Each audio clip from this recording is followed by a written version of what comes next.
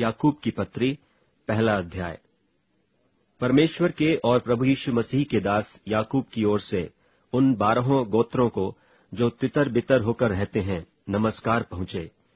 हे मेरे भाइयों, जब तुम नाना प्रकार की परीक्षाओं में पड़ो तो इसको पूरे आनंद की बात समझो, यह जानकर कि तुम्हारे विश्वास के परखे जाने से धीरज उत्पन्न होता है।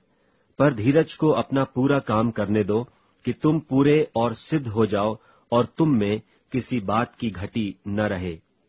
पर यदि तुम में से किसी को बुद्धि की घटी हो तो परमेश्वर से मांगे, जो बिना उलाहना दिए सबको उदारता से देता है, और उसको दी जाएगी।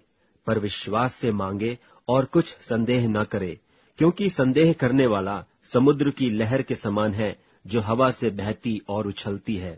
ऐसा मनुष्य यह न समझे कि मुझे प्रभु से कुछ मिलेगा। वह व्यक्ति दुचित्ता है और अपनी सारी बातों में चंचल है। दीन भाई अपने ऊंचे पद पर घमंड करे और धनवान अपनी नीच दशा पर, क्योंकि वह घास के फूल की नाई जाता रहेगा। क्योंकि सूर्य उदय होते ही कड़ी धूप पड़ती है और घास को सुखा देती है, और उसका फूल झड़ जाता है और उसकी शोभा जाती रहती है। उसी प्रकार धनवान भी अपने मार्ग पर चलते चलते धूल में मिल जाएगा। धन्य है वह मनुष्य जो परीक्षा में स्थिर रहता है, क्योंकि वह खरा निकलकर जीवन का वह मुकुट पाएगा जिसकी प्रतिज्ञा प्रभु ने अपने प्रेम करने वालों को दी है। जब किसी की परीक्षा हो तो वह यह न कहे कि मेरी परीक्षा परमेश्वर की ओर से होती है, क्योंकि न तो बुरी बातों से परमेश्वर की परीक्षा हो सकती है और न वह किसी की परीक्षा आप करता है। परंतु प्रत्येक व्यक्ति अपनी ही अभिलाषा से खींचकर और फंसकर परीक्षा में पड़ता है। फिर अभिलाषा गर्भवती होकर पाप को जनता है, और पाप जब बढ़ जाता है तो मृत्यु को उत्पन्न करता है। हे मेरे प्रिय भाइयों, धोखा न खाओ, क्योंकि हर एक अच्छा वरदान और हर एक उत्तम दान ऊपर ही से है और ज्योतियों के पिता की ओर से मिलता है, जिसमें न तो कोई परिवर्तन हो सकता है और न अदल बदल के कारण उस पर छाया पड़ती है। उसने अपनी ही इच्छा से हमें सत्य के वचन के द्वारा उत्पन्न किया, ताकि हम उसकी सृष्टि की हुई वस्तुओं में से एक प्रकार के प्रथम फल हों। हे मेरे प्रिय भाइयों, यह बात तुम जानते हो, इसलिए हर एक मनुष्य सुनने के लिए तत्पर और बोलने में धीरा और क्रोध में धीमा हो, क्योंकि मनुष्य का क्रोध परमेश्वर के धर्म का निर्वाह नहीं कर सकता। इसलिए सारी मलिनता और बैर भाव की बढ़ती को दूर करके उस वचन को नम्रता से ग्रहण कर लो, जो हृदय में बोया गया और जो तुम्हारे प्राणों का उद्धार कर सकता है। परंतु वचन पर चलने वाले बनो, और केवल सुनने वाले ही नहीं, जो अपने आप को धोखा देते हैं। क्योंकि जो कोई वचन का सुनने वाला हो और उस पर चलने वाला न हो, तो वह उस मनुष्य के समान है जो अपना स्वाभाविक मुंह दर्पण में देखता है, इसलिए कि वह अपने आप को देखकर चला जाता और तुरंत भूल जाता है कि मैं कैसा था। पर जो व्यक्ति स्वतंत्रता की सिद्ध व्यवस्था पर ध्यान करता रहता है, वह अपने काम में इसलिए आशीष पाएगा कि सुनकर भूलता नहीं, पर वैसा ही काम करता है। यदि कोई अपने आप को भक्त समझे और अपनी जीभ पर लगाम न दे, पर अपने हृदय को धोखा दे, तो उसकी भक्ति व्यर्थ है। हमारे परमेश्वर और पिता के निकट शुद्ध और निर्मल भक्ति यह है कि अनाथों और विधवाओं के क्लेश में उनकी सुधि लें और अपने आप को संसार से निष्कलंक रखें। याकूब की पत्री, दूसरा अध्याय। हे मेरे भाइयों, हमारे महिमा युक्त प्रभु यीशु मसीह का विश्वास तुम में पक्षपात के साथ न हो, क्योंकि यदि एक पुरुष सोने के छल्ले और सुंदर वस्त्र पहने हुए तुम्हारी सभा में आए, और एक कंगाल भी मैले कुचैले कपड़े पहने हुए आए, और तुम उस सुंदर वस्त्र वाले का मुंह देखकर कहो कि तू वहां अच्छी जगह बैठ, और उस कंगाल से कहो कि तू यहां खड़ा रह या मेरे पांवों की पीढ़ी के पास बैठ, तो क्या तुमने आपस में भेदभाव न किया और कुविचार से न्याय करने वाले न ठहरे? हे मेरे प्रिय भाइयों, सुनो। क्या परमेश्वर ने इस जगत के कंगालों को नहीं चुना कि विश्वास में धनी और उस राज्य के अधिकारी हों जिसकी प्रतिज्ञा उसने उनसे की है जो उससे प्रेम रखते हैं? पर तुमने उस कंगाल का अपमान किया। क्या धनी लोग तुम पर अत्याचार नहीं करते? और क्या वे ही तुम्हें कचहरियों में घसीट घसीट कर नहीं ले जाते? क्या वे उस उत्तम नाम की निंदा नहीं करते जिसके तुम कहलाए जाते हो? तो भी यदि तुम पवित्र शास्त्र के इस वचन के अनुसार कि तू अपने पड़ोसी से अपने समान प्रेम रख, सचमुच उस राज्य व्यवस्था को पूरी करते हो तो अच्छा ही करते हो। पर यदि तुम पक्षपात करते हो तो पाप करते हो, और व्यवस्था तुम्हें अपराधी ठहराती है। क्योंकि जो कोई सारी व्यवस्था का पालन करता है, परंतु एक ही बात में चूक जाए, तो वह सब बातों में दोषी ठहरा।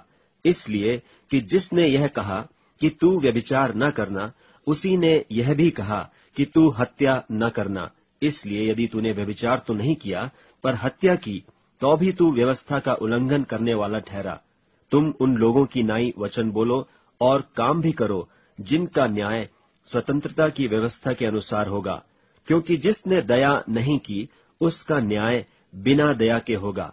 दया न्याय पर जयवंत होती है। हे मेरे भाइयों, यदि कोई कहे कि मुझे विश्वास है पर वह कर्म न करता हो, तो उससे क्या लाभ? क्या ऐसा विश्वास कभी उसका उद्धार कर सकता है? यदि कोई भाई या बहन नंगे उघाड़े हों और उन्हें प्रतिदिन भोजन की घटी हो, और तुम में से कोई उनसे कहे, कुशल से जाओ, तुम गर्म रहो और तृप्त रहो, पर जो वस्तुएं देह के लिए आवश्यक हैं वह उन्हें न दे, तो क्या लाभ? वैसे ही विश्वास भी यदि कर्म सहित न हो तो अपने स्वभाव में मरा हुआ है। वरन कोई कह सकता है कि तुझे विश्वास है और मैं कर्म करता हूँ। तू अपना विश्वास मुझे कर्म बिना तो दिखा, और मैं अपना विश्वास अपने कर्मों के द्वारा तुझे दिखाऊंगा। तुझे विश्वास है कि एक ही परमेश्वर है, तू अच्छा करता है। दुष्ट आत्मा भी विश्वास रखते और थरथराते हैं। पर हे निकम्मे मनुष्य, क्या तू यह भी नहीं जानता कि कर्म बिना विश्वास व्यर्थ है? जब हमारे पिता इब्राहिम ने अपने पुत्र इसहाक को वेदी पर चढ़ाया, तो क्या वह कर्मों से धार्मिक न ठहरा था? सो तूने देख लिया कि विश्वास ने उसके कामों के साथ मिलकर प्रभाव डाला है, और कर्मों से विश्वास सिद्ध हुआ। और पवित्र शास्त्र का यह वचन पूरा हुआ कि इब्राहिम ने परमेश्वर की प्रतीति की, और यह उसके लिए धर्म गिना गया, और वह परमेश्वर का मित्र कहलाया। सो तुमने देख लिया कि मनुष्य केवल विश्वास से ही नहीं, वरन कर्मों से भी धर्मी ठहरता है। वैसे ही राहाब वेश्या भी, जब उसने दूतों को अपने घर में उतारा और दूसरे मार्ग से विदा किया, तो क्या कर्मों से धार्मिक न ठहरी? निदान जैसे देह आत्मा बिना मरी हुई है, वैसा ही विश्वास भी कर्म बिना मरा हुआ है। याकूब की पत्री 3 अध्याय। हे मेरे भाइयों, तुम में से बहुत उपदेशक न बने, क्योंकि जानते हो कि हम उपदेशक और भी दोषी ठहरेंगे, इसलिए कि हम सब बहुत बार चूक जाते हैं। जो कोई वचन में नहीं चूकता वही तो सिद्ध मनुष्य है, और सारी देह पर भी लगाम लगा सकता है। जब हम अपने वश में करने के लिए घोड़ों के मुंह में लगाम लगाते हैं, तो हम उनकी सारी देह को भी फेर सकते हैं। देखो, जहाज भी यद्यपि ऐसे बड़े होते हैं और प्रचंड वायु से चलाए जाते हैं, तो भी एक छोटी सी पतवार के द्वारा मांझी की इच्छा के अनुसार घुमाए जाते हैं। वैसे ही जीभ भी एक छोटा सा अंग है और बड़ी बड़ी डींगे मारती है। देखो, थोड़ी सी आग से कितने बड़े वन में आग लग जाती है। जीभ भी एक आग है। जीभ हमारे अंगों में अधर्म का एक लोक है, और सारी देह पर कलंक लगाती है, और भवचक्र में आग लगा देती है, और नरक कुंड की आग से जलती रहती है। क्योंकि हर प्रकार के वन पशु, पक्षी और रेंगने वाले जंतु और जलचर तो मनुष्य जाति के वश में हो सकते हैं और हो भी गए हैं, पर जीभ को मनुष्यों में से कोई वश में नहीं कर सकता। वह एक ऐसी बला है जो कभी रुकती ही नहीं। वह प्राण नाशक विष से भरी हुई है। इसी से हम प्रभु और पिता की स्तुति करते हैं, और इसी से मनुष्यों को जो परमेश्वर के स्वरूप में उत्पन्न हुए हैं श्राप देते हैं। एक ही मुंह से धन्यवाद और श्राप दोनों निकलते हैं। हे मेरे भाइयों, ऐसा नहीं होना चाहिए। क्या सोते के एक ही मुंह से मीठा और खारा जल दोनों निकलता है? हे मेरे भाइयों, क्या अंजीर के पेड़ में जैतून या दाख की लता में अंजीर लग सकते हैं, वैसे ही खारे सोते से मीठा पानी नहीं निकल सकता। तुम में ज्ञानवान और समझदार कौन है, जो ऐसा हो वह अपने कामों को अच्छे चाल चलन से उस नम्रता सहित प्रकट करे जो ज्ञान से उत्पन्न होती है। पर यदि तुम अपने अपने मन में कड़वी डाह और विरोध रखते हो, तो सत्य के विरोध में घमंड न करना और न तो झूठ बोलना। यह ज्ञान वह नहीं जो ऊपर से उतरता है, वरन सांसारिक और शारीरिक और शैतानी है। इसलिए कि जहां डाह और विरोध होता है, वहां बखेड़ा और हर प्रकार का दुष्कर्म भी होता है। पर जो ज्ञान ऊपर से आता है, वह पहले तो पवित्र होता है, फिर मिलनसार, कोमल और मृदुभाव और दया और अच्छे फलों से लदा हुआ और पक्षपात और कपट रहित होता है, और मिलाप करने वालों के लिए धार्मिकता का फल मेल मिलाप के साथ बोया जाता है। याकूब की पत्री 4 अध्याय। तुम में लड़ाइयां और झगड़े कहां से आ गए? क्या उन सुख विलासों से नहीं जो तुम्हारे अंगों में लड़ते भिड़ते हैं? तुम लालसा रखते हो और तुम्हें मिलता नहीं। तुम हत्या और डाह करते हो और कुछ प्राप्त नहीं कर सकते। तुम झगड़ते और लड़ते हो, तुम्हें इसलिए नहीं मिलता कि मांगते नहीं। तुम मांगते हो और पाते नहीं, इसलिए कि बुरी इच्छा से मांगते हो, ताकि अपने भोग विलास में उड़ा दो। हे व्यभिचारिणियों, क्या तुम नहीं जानती कि संसार से मित्रता करनी परमेश्वर से बैर करना है? सो जो कोई संसार का मित्र होना चाहता है, वह अपने आप को परमेश्वर का बैरी बनाता है। क्या तुम यह समझते हो कि पवित्र शास्त्र व्यर्थ कहता है? जिस आत्मा को उसने हमारे भीतर बसाया है, क्या वह ऐसी लालसा करता है जिसका प्रतिफल डाह हो? वह तो और भी अनुग्रह देता है। इस कारण यह लिखा है कि परमेश्वर अभिमानियों से विरोध करता है, पर दीनों पर अनुग्रह करता है। इसलिए परमेश्वर के अधीन हो जाओ और शैतान का सामना करो, तो वह तुम्हारे पास से भाग निकलेगा। परमेश्वर के निकट आओ, तो वह भी तुम्हारे निकट आएगा। हे पापियों, अपने हाथ शुद्ध करो, और हे दुचित्ते लोगों, अपने हृदय को पवित्र करो। दुखी हो और शोक करो और रो। तुम्हारी हंसी शोक से और तुम्हारा आनंद उदासी से बदल जाए। प्रभु के सामने दीन बनो, तो वह तुम्हें शिरोमणि बनाएगा। हे भाइयों, एक दूसरे की बदनामी न करो। जो अपने भाई की बदनामी करता है या भाई पर दोष लगाता है, वह व्यवस्था की बदनामी करता है और व्यवस्था पर दोष लगाता है। और यदि तू व्यवस्था पर दोष लगाता है, तो तू व्यवस्था पर चलने वाला नहीं, पर उस पर हाकिम ठहरा। व्यवस्था देने वाला और हाकिम तो एक ही है, जिसे बचाने और नाश करने की सामर्थ है।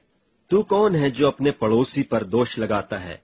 तुम जो यह कहते हो कि आज या कल हम किसी और नगर में जाकर वहां 1 वर्ष बिताएंगे और व्यापार करके लाभ उठाएंगे, और यह नहीं जानते कि कल क्या होगा। सुन तो लो, तुम्हारा जीवन है ही क्या? तुम तो मानो भाप समान हो, जो थोड़ी देर दिखाई देती है, फिर लोप हो जाती है। इसके विपरीत तुम्हें यह कहना चाहिए कि यदि प्रभु चाहे तो हम जीवित रहेंगे और यह या वह काम भी करेंगे। पर अब तुम अपनी डींग पर घमंड करते हो। ऐसा सब घमंड बुरा होता है। इसलिए जो कोई भलाई करना जानता है और नहीं करता, उसके लिए यह पाप है। याकूब की पत्री 5वां अध्याय। हे धनवानों, सुन तो लो, तुम अपने आने वाले क्लेशों पर चिल्ला कर रो। तुम्हारा धन बिगड़ गया और तुम्हारे वस्त्रों को कीड़े खा गए। तुम्हारे सोने चांदी में काई लग गई है, और वह काई तुम पर गवाही देगी, और आग की नाई तुम्हारा मांस खा जाएगी। तुमने अंतिम युग में धन बटोरा है। देखो, जिन मजदूरों ने तुम्हारे खेत काटे, उनकी वह मजदूरी तो तुमने धोखा देकर रख ली है। चिल्ला रही है, और लवने वालों की दोहाई सेनाओं के प्रभु के कानों तक पहुंच गई है। तुम पृथ्वी पर भोग विलास में लगे रहे और बड़ा ही सुख भोगा। तुमने इस बध के दिन के लिए अपना हृदय का पालन पोषण करके मोटा ताजा किया। तुमने धर्मी को दोषी ठहराकर मार डाला, वह तुम्हारा सामना नहीं करता। सो हे भाइयों, प्रभु के आगमन तक धीरज धरो। देखो, गृहस्थ पृथ्वी के बहुमूल्य फल की आशा रखता हुआ प्रथम और अंतिम वर्षा होने तक धीरज धरता है।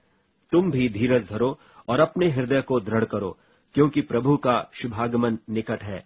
हे भाइयों, एक दूसरे पर दोष न लगाओ, ताकि तुम दोषी न ठहरो। देखो, हाकिम द्वार पर खड़ा है। हे भाइयों, जिन भविष्यद्वक्ताओं ने प्रभु के नाम से बातें की, उन्हें दुख उठाने और धीरज धरने का एक आदर्श समझो। देखो, हम धीरज धरने वालों को धन्य कहते हैं। तुमने एयूब के धीरज के विषय में तो सुना ही है, और प्रभु की ओर से जो उसका प्रतिफल हुआ उसे भी जान लिया है, जिससे प्रभु की अत्यंत करुणा और दया प्रकट होती है। पर हे भाइयों, सबसे श्रेष्ठ बात यह है कि शपथ न खाना, न स्वर्ग की, न पृथ्वी की, न किसी और वस्तु की, पर तुम्हारी बातचीत हाँ की हाँ और नहीं की नहीं हो, कि तुम दंड के योग्य न ठहरो। यदि तुम में कोई दुखी हो तो वह प्रार्थना करे, यदि आनंदित हो तो वह स्तुति के भजन गाए। यदि तुम में कोई रोगी हो तो कलीसिया के प्राचीनों को बुलाए, और वे प्रभु के नाम से उस पर तेल मलकर उसके लिए प्रार्थना करें, और विश्वास की प्रार्थना के द्वारा रोगी बच जाएगा और प्रभु उसको उठाकर खड़ा करेगा। और यदि उसने पाप भी किए हों तो उनकी भी क्षमा हो जाएगी। इसलिए तुम आपस में एक दूसरे के सामने अपने अपने पापों को मान लो और एक दूसरे के लिए प्रार्थना करो, जिससे चंगे हो जाओ। धर्मी जन की प्रार्थना के प्रभाव से बहुत कुछ हो सकता है। एलिय्याह भी तो हमारे समान दुख सुख भोगी मनुष्य था, और उसने गिड़गिड़ाकर प्रार्थना की कि मेंह न बरसे, और 3.5 वर्ष तक भूमि पर मेंह नहीं बरसा। फिर उसने प्रार्थना की तो आकाश से वर्षा हुई और भूमि फलवंत हुई। हे मेरे भाइयों, यदि तुम में कोई सत्य के मार्ग से भटक जाए और कोई उसको फेर लाए, तो वह यह जान ले कि जो कोई किसी भटके हुए पापी को फेर लाएगा,